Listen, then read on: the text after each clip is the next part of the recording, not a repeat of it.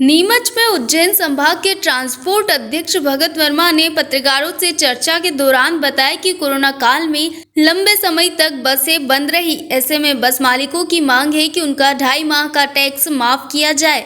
यदि सरकार 10 दिन में यह टैक्स माफ नहीं करेगी तो बसों के पहिए फिर से रोक दिए जाएंगे। उन्होंने सरकार से कहा कि वे जल्द से जल्द इस ओर ध्यान दें और बस मालिकों को राहत प्रदान करे। दरअसल कोरोना काल में बसों का संचालन पूरी तरह से बंद था। इसके बाद भी बस मालिकों को उसका टैक्स देना पड़ रहा है।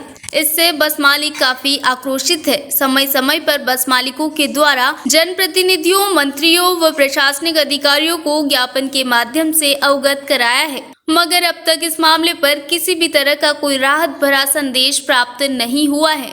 वहीं लगातार बढ़ रहे पेट्रोल डीजल की कीमतों के कारण भी बस मालिक आर्थिक रूप से परेशान है। ऐसे में बस मालिकों की यह मांग पूरी नहीं होती तो परिवहन व्यवस्था फिर से प्रभावित हो सकती है।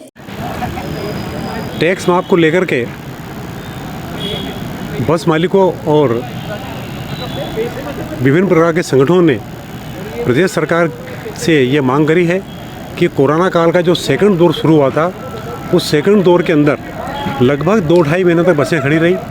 उस बसों का टैक्स हमारे संगठन के माध्यम से हम ये मांग कर रहे हैं कि उस 2-2.5 महीने का टैक्स माफ़ किया जाए, उस टैक्स को शून्य किया जाए। बड़े दुर्भाग्य की बात ये है कि भाजपा की वर्तमान सरकार हम बस मालिकों की कुछ सुनने को तैयार नहीं है।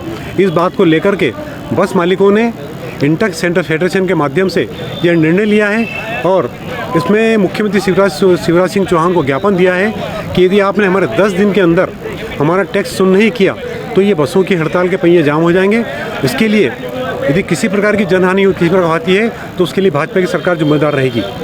यदि फिर भी नहीं मानते तो फिर आप क्या करेंगे? उसके लिए जो है हमारा संगठन उग्र आंदोलन करेगा और उग्र आंदोलन यदि होता है तो उसमें स्वाभाविक जनता से परेशान होगी। और दूसरी बात ये कि हमने किराया बढ़ाने की मांग करी थी, लेकिन जो संतोषजनक उन्होंने किराया नहीं बढ़ाया। आज डीजल और पेट्रोल इतना महंगा हो चुका है कि उसको लेकर के यदि हम यात्री किराया भी ज़्यादा बढ़ता है तो वो भी मतलब अतिरिक्त भार है यात्रियों के ऊपर। हम चाहते हैं कि इस प्रकार की ऐसी व्यवस्था हो ताकि डीजल के भाव कम हो, ताकि किराए में ज़्यादा वृद्धि न हो। और यदि किराए में यदि वृद्धि होती है तो निश्चित रूप जो है मतलब जनता पे अतिरिक्त भार पड़ता है। क्या मुख्य मांग है आपकी? हमारी मुख्य मांग ये है कि 2.5 महीने का जो टैक्स कोरोना काल के अंदर जो है उसका माफ़ किया जाए, उस टैक्स को शून्य किया जाए। आपका नाम और? भगत वर्मा, अध्यक्ष मध्य प्रदेश ट्रांसपोर्ट इंटक फेडरेशन उज्जैन।